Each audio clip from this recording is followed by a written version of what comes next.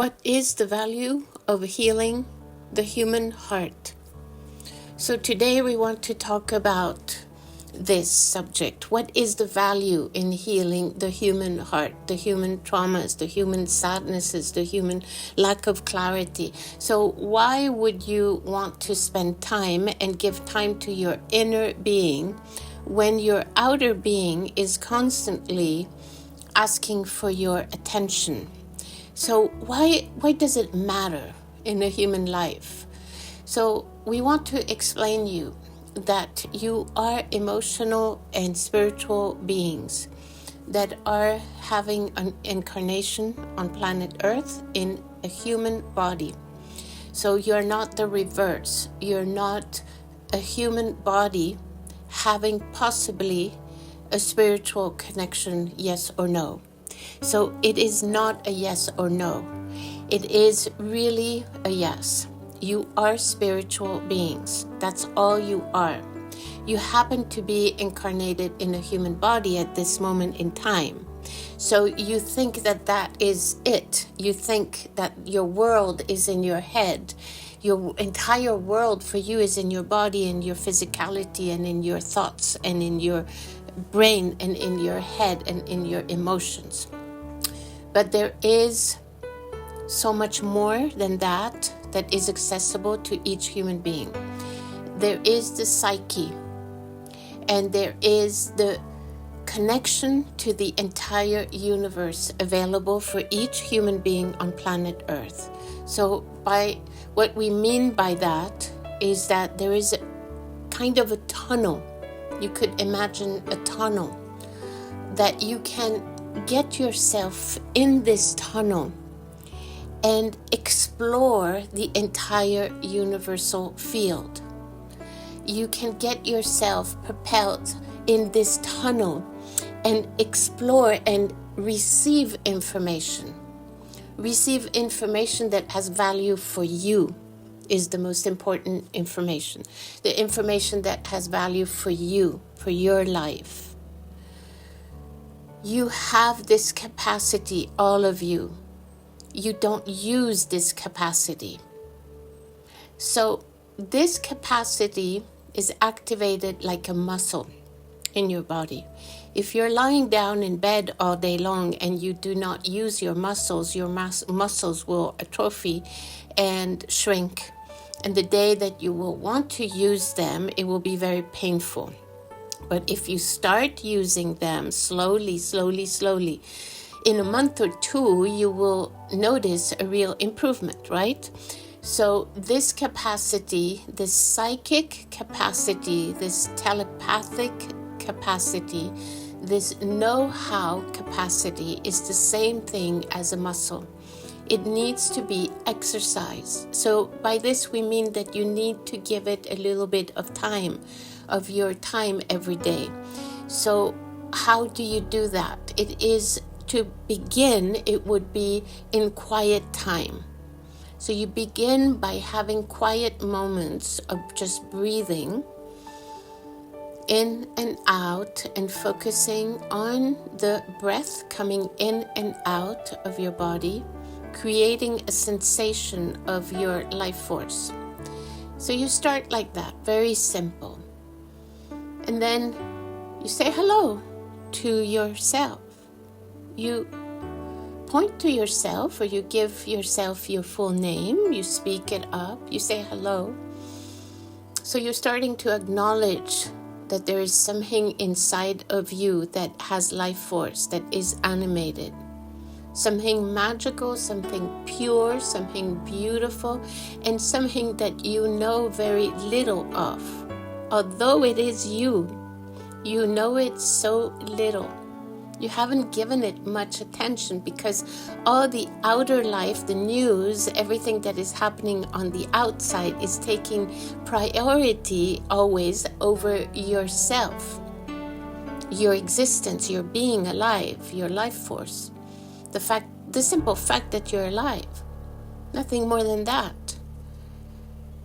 You have your daily chores to do, but you also have your stories that take over your brain. your family stories, your work stories, your romantic stories, your lack of financial in the bank that supports your well-being stories, anything. It could be the lack of health. Or it could also be depression, which is always going to be referred by us as a lack of connection, of true connection to the one who you really are, that soul, that essence, that spirit animating your soul, animating your body. So when there is a lack of connection with that, a connection, by connection we mean an interaction, a real connection, emerging, becoming one with the soul, becoming one with your spirit, becoming one together, not separating it. That your spirit, your animated spirit, your spiritual self gets disconnected from the self that is in the body, that you have a name and you have a job title and you're married or not married and you have kids, so you have a family, or you're the daughter or the son of somebody. That is your physical identity. But we're talking about merging with your spirit, spiritual identity. Who is that soul? And is that soul really well integrated within that personality of yours? That's the important question. Because depression comes, of course, it can amplify when it has not been treated at the very, very, very, very, very beginning. But depression comes when there is a disconnect, but an experience that has been disconnected, not a theory. You see, that's the very important point, is that the experience of experiencing that soul, that spirit that is you, that is your essence, that is your divine self, your sacred self, we could say, when the connection has been blurred by the daily activities for too long, and all the terrestrial stories take over your life, then that disconnection happens. And at the beginning, it just feels like maybe not so comfortable, maybe lack of joy or lack of clarity. But if you do not take care of it at the very beginning and start assessing what is the situation, what happened, what on the outer world triggered you to disconnect to your inner world.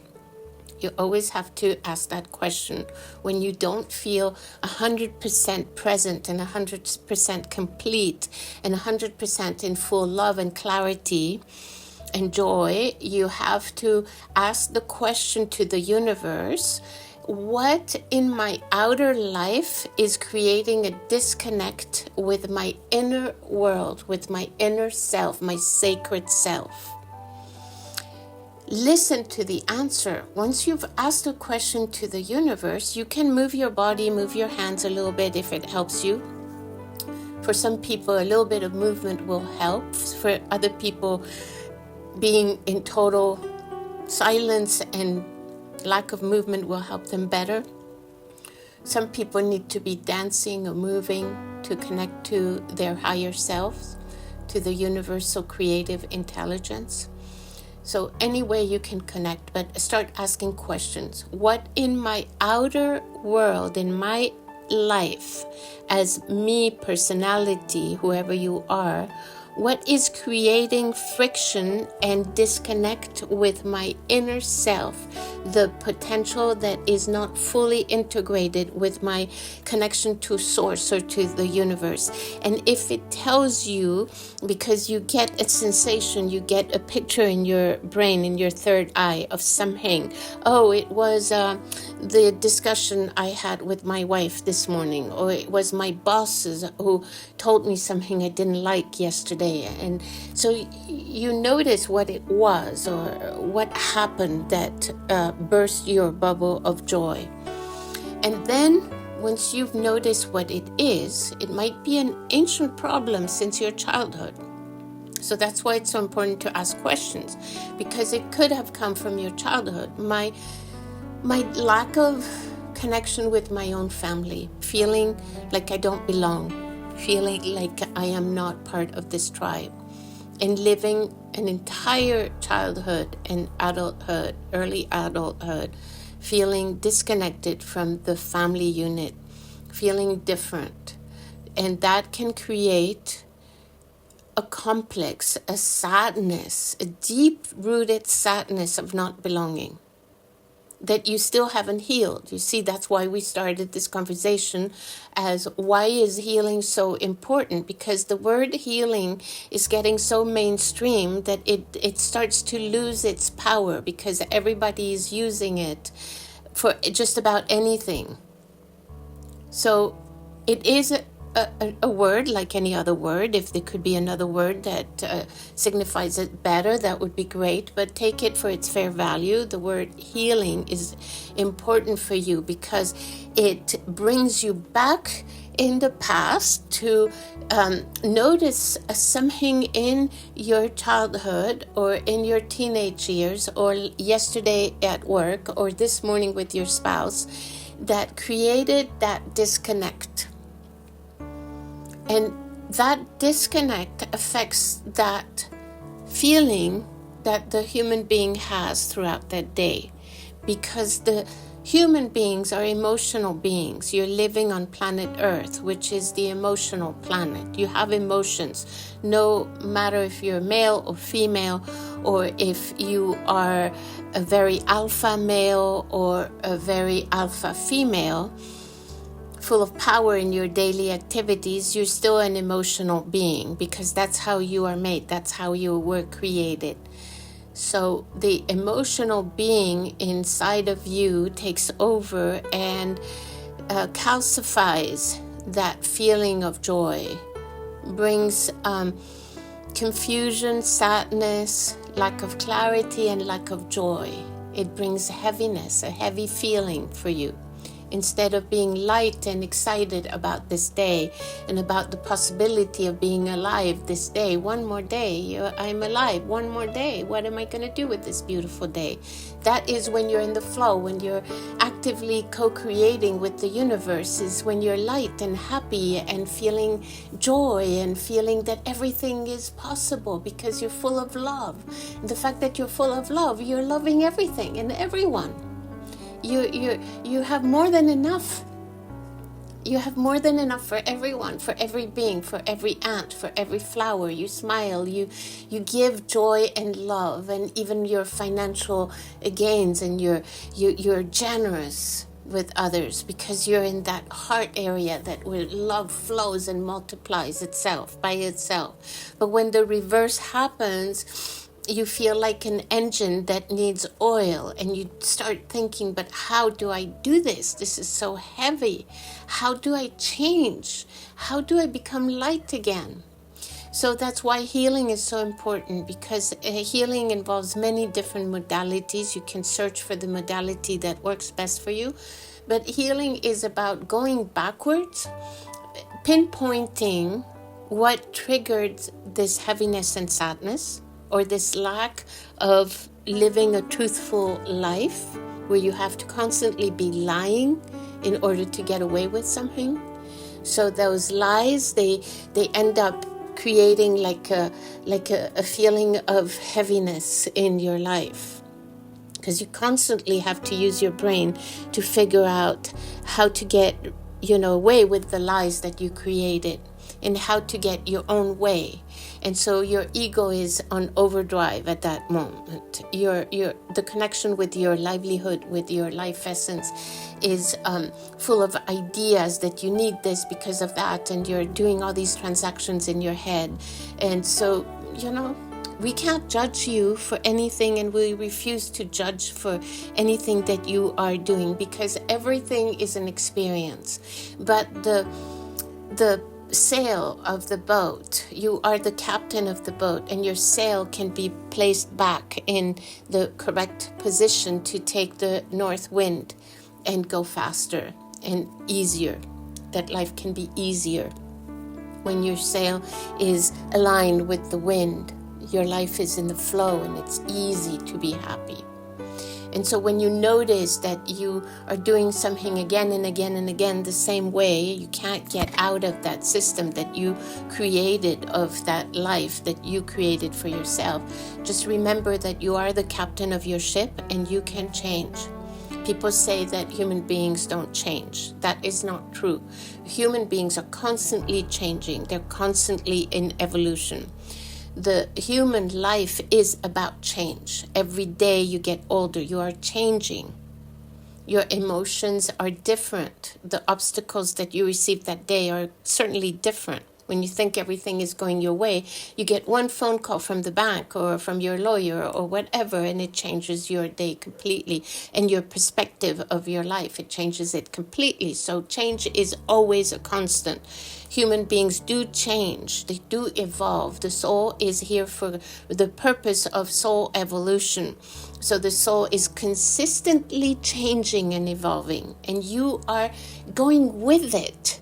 So are you getting deeper in the mud, or are you getting lighter and more joyful because you are accessing a life filled with love and truth and well-being and generosity and giving and receiving and loving every part of your life? So healing modalities are available for everyone. It can be very inexpensive because it can just be by yourself through breath. Through conscious breath, asking the universe questions. What triggered my heart for so much sadness today? Why am I feeling so sad today? What triggered it? And then you receive the answer. And then you start asking more questions. You can do this by yourself. You receive an answer, a vision, a word, and you say, how true is that word? How true is that situation? Is it just invented with my brain? My monkey brain invented this whole situation? How true is this situation? Am I really doomed? Am I really bankrupt forever? Is my life over? There is always help for the one who asks questions and for the one who begs for help. There is always help. There is always a door opening, and then you cross that portal, you open that door, you cross that portal, and you are on the other side of that vision, and you see that the whole world is open again, filled with possibilities. But how do you get to these new possibilities? Is by accessing yourself, your inner self, your heart, to open that door. If you want to visualize it as a door, open that door, cross that door, and then see what else is there for me. What else is there?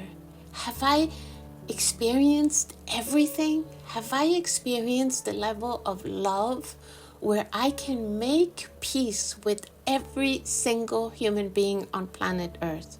The ones who have loved me, the ones who don't love me anymore, the ones who have even hate for me, dislike for me, and the ones that I don't even know and I judge. Can I fall in love with all of these human beings, all of these animals, the ones who hurt me, the dog that hurt me when I was a child that I'm so afraid now of encountering a similar dog? Can I fall in love with that creature, with that heart, with that soul, and heal the parts of me that created a new story of pain, of disillusion, and of lack of lightness? So go back there every time that you need it. Every time you feel that you lost the north wind, you lost it. You are the captain of your ship, so bring back the veil, and bring it back. Get in that flow again. Get in that trust. Not everything that your mind perceives as true is ultimately true. This is really important. Your mind creates a lot of stories, of dilemmas that are not true. If there is a hell on earth, it is the mind of a human being. There is no hell in the skies waiting for you. It doesn't need to be there because you're experiencing that hell inside your own brain every single day if you don't notice that you are in that darkness. If you're working your shadow work, it is okay, because it is very empowering for the soul to dig into the dark shadow work and to notice, what is it that creates fear in me? Where is my trauma?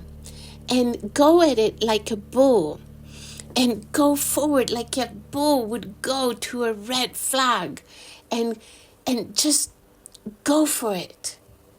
Any fear that you have, any trauma, is created in your mind, because the universe always has your back. You must remember that.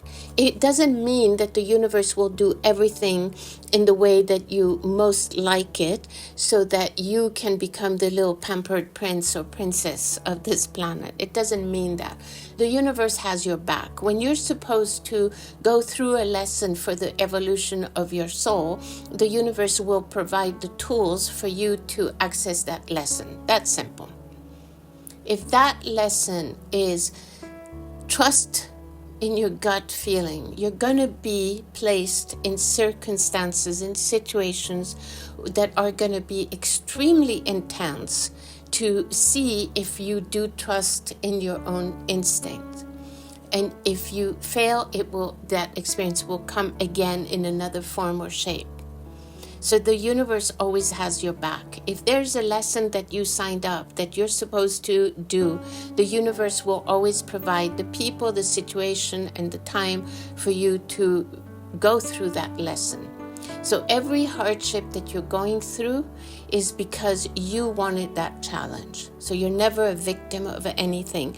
You challenge yourself to learn more as a soul coming in an incarnation in a human body. So if you challenge yourself, I want to take full advantage of this incarnation of this life, and I want all the lessons. I want to live 10 lives in one life. If you challenge yourself like that, then of course the universe will bring you a lot of challenges, because you wanted to access the information, the knowledge for the soul of 10 years, 10 times, 10 incarnations in one incarnation. So of course you're going to have a very intense life.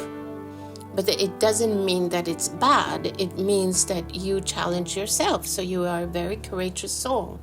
And at one point, if you could look at yourself in the mirror, and instead of just shaving your face and putting makeup on your face if you're a lady, if you could just look at yourself in the mirror and have a little interchange with your eyes and say, wow, I am proud of you. Look at everything that you've done. You've gone through so much. You're still here. You have a good heart. You want to be in that place of peace. You put that first as a priority. You have a good heart. You're generous with other people. Just let yourself know that you're proud of yourself, of all that you have done for yourself. And these are not accomplishments. These are adventures that your soul needed to do, and you went through them, good or bad, painful or not. Maybe you went through cancer and you underwent all those horrible treatments, and you are still alive, and you could just say to yourself, I'm so proud of you, of every effort that you're doing to extend this incarnation as much as possible, so you can squeeze the juice out of this incredible possibility of being alive in a human body. It is an amazing gift. Don't take it for granted. It is an amazing gift. To be alive every day is it. You have access to everything, to darkness and to light, to shadow work and to light work. You have access to beauty in this paradise. You can dance, you can sing, you can feel, you can smile, you can cook, you can love. You have access to so much beauty. And if you don't have access to any of that because you are incarcerated in a prison, you still have access to your breath and to the silence within. You always have access. Even if you're in a hospital suffering, you are still alive. So you have access to your breath, to become a feeling machine. What else can be better than that, to just become a feeling machine. Thank you for listening. We love you. We bless you. And the universe has your back. Always remember that. Thank you.